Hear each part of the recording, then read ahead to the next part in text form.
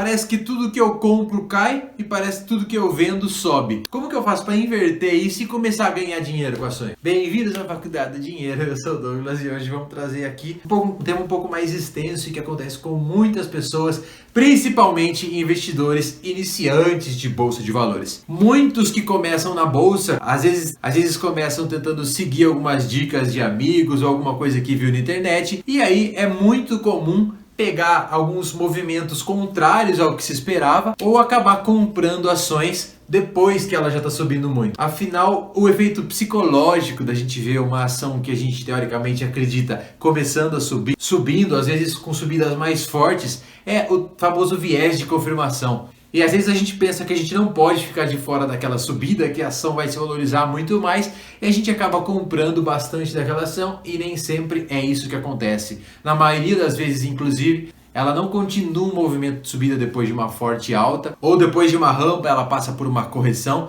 Então hoje nós vamos trazer aqui quais as etapas de valorização e desvalorização comum de mercado, seja para índices, seja para ações, e qual o efeito psicológico de cada uma dessas curvas para você ficar ligado e saber cada ação em que momento está. Então, antes da gente mostrar essa curva mágica aí pra vocês, se você não é inscrito, já se inscreve aqui na Faculdade do Dinheiro, deixa o like aí também no vídeo e segue a gente lá no Instagram, nas redes sociais. Claro que essa curva a gente quer enfatizar que ela é genérica. Não é 100% dos índices ou das ações que seguem necessariamente essa curva, mas é um movimento natural de mercado. Se a gente pegar períodos maiores e comparar com o índice Bovespa, a gente vai ver que essa curva tem total sentido. Se a gente pegar ações mais estáveis e colocar essa curva do lado, a gente também vai ver que tem total sentido. E mais do que isso, mesmo para as ações que não seja exatamente esse movimento da curva, o fundamento psicológico é exatamente igual ao que acontece no começo de uma ascensão,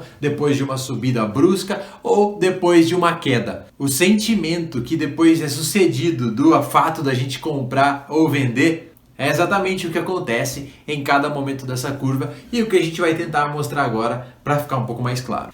Então, começando, vamos dizer que a ação está num ponto médio ali, tá bom? Vocês podem imaginar a ação que vocês quiserem aí na sua cabeça. Pode ser Magazine Luiza, pode ser Oi, pode ser Petrobras, pode ser Banco do Brasil. Vamos dizer que ela está ali no preço médio, começando a subir, tendo aquela subida constante. Então, a ação sobe por alguns pregões consecutivos e aí já é vista uma tendência, já tem gente que traça LTA no gráfico e fala, olha, essa ação aqui está com viés de subida. Porra, então eu acho que se a tendência está se confirmando, eu acho que é momento da gente comprar essa ação. Mas aí muita gente começa a traçar isso, algumas pessoas compram um pouco ou não compram nada esperando confirmar essa LTA. Ela vai subindo um pouco e aí quando ela confirma esse movimento de ascensão, muita gente fala assim, putz, está confirmando a LTA, eu acho que eu vou comprar, ela está confirmando esse movimento de ascensão, esse é o momento então de eu realizar a compra, porque se eu esperar mais, pode ser que eu não pegue nenhum lucro. E aí a gente vai lá e executa a compra, por quê? Porque o nosso viés psicológico, a gente já estava olhando aquela ação, aí a gente viu que ela estava subindo de forma constante, de forma sólida, tivemos a confirmação do nosso viés e aí realizamos a compra. Quando a gente realiza a compra, então a ação até pode continuar subindo. Inclusive tem muita gente que compra e a ação ainda dá porrada para cima, como foi justamente o caso de Oi. Teve gente que comprou lá 50 centavos, R$1 e a ação chegou a valer quase R$2, até chegar lá no seu pico daquele momento. E aí a gente dá aquela suspirada e fala, ufa, ainda bem que eu comprei, a ação tá continuando subindo, ótimo. Porém, quando ela chega ali no primeiro topo dela, é natural ela passar por um momento de correção. E a gente vai mostrar um gráfico aqui que o momento de correção vai ser bastante acentuado, tá? E não necessariamente o movimento quer dizer que a ação vai cair 50%. Pode ser que ela caia 5, 10% somente, mas o importante, de novo, é notar as questões psicológicas, tá bom? Então, a ação chega no topo, começa a dar uma corrigida, né? Começa a embicar para baixo e muita gente pensa assim, nossa, eu acho que eu acertei pra caramba na compra dessa ação, agora ela tá caindo um pouco, tá quase no meu preço de entrada.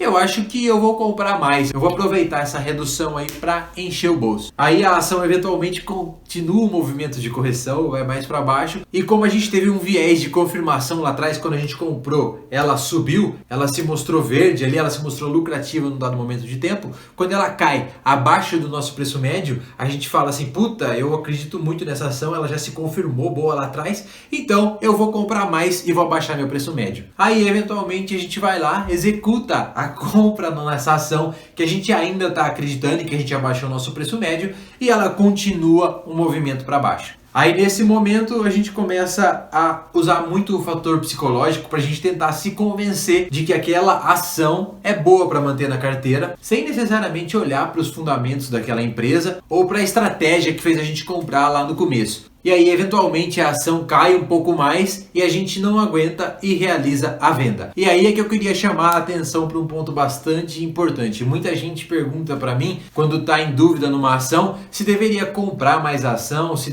para baixar o preço médio, se deveria se desfazer da posição. E a pergunta que a gente deve se fazer nesse momento é: naquele momento, eu compraria essa ação por esse valor? Porque se a ação em si continua sólida e continua mostrando resultados bons, eu continuo acreditando na empresa, se ela baixou o valor, ou eu posso comprar mais dessa ação porque eu continuo acreditando nela, ou se eu não tiver mais dinheiro para realizar aportes, basta não realizar a venda. Se eu só me manter posicionado, é basicamente como eu tivesse realizado a compra aquele valor mais baixo. Então, antes de realizar a venda de uma empresa, o mais importante é ver se ela mudou a sua estratégia, ou se mudou os indicadores financeiros, ou o restante do mercado, para realizar uma venda ou uma compra. E além disso, claro, avaliar as outras oportunidades de mercado para ver se tem uma outra empresa agora que é mais sólida que ela ou que mostra um potencial de crescimento maior. Então esses seriam os pontos para a gente ver antes da gente realizar uma compra maior para baixar o preço médio ou de realizar uma venda. Então são essas perguntas que a gente acaba se fazendo antes de realizar esse tipo de ação. E aí a gente vende, eventualmente a ação cai mais um pouquinho ali, mas termina o seu movimento de correção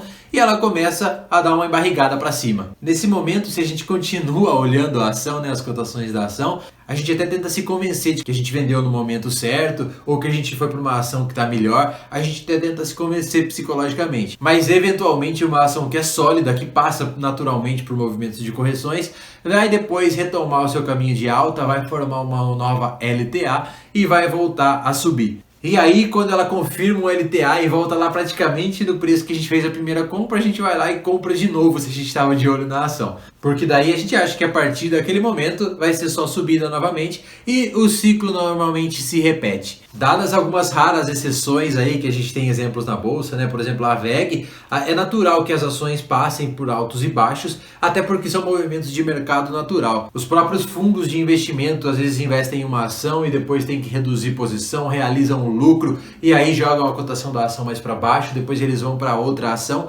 Então antever os movimentos de mercado é algo positivo, mas mais do que isso, investir em ações por causa do seu fundamento e por causa da sua gestão, da sua estratégia, é melhor ainda. Quando a gente realizou a primeira compra de Oi, a gente não só olhou a questão da especulação de mercado, de que o mercado como um todo estava olhando para Oi, mas também porque a gente acredita na mudança da gestão da Oi. Então, em qualquer momento, a gente poderia trocar o curto prazo pelo longo prazo, porque a gente sabe que a Oi passa por uma reestruturação, mesmo sabendo, tá, que esse é um ativo de risco e, portanto, tem um percentual pequeno da nossa carteira, é que a gente consegue então ter essa potencialidade de curto prazo e também, eventualmente, se a gente tiver que alongar e colocar para um longo prazo, se as ações da Oi vierem a corrigir, a gente também acredita que a Oi, no longo prazo, provavelmente dará um lucro em relação ao nosso preço de entrada. Então essa também é uma das estratégias que a gente usa com a ação. A gente quer saber de você hoje, se você já passou por essas questões psicológicas que a gente falou aqui.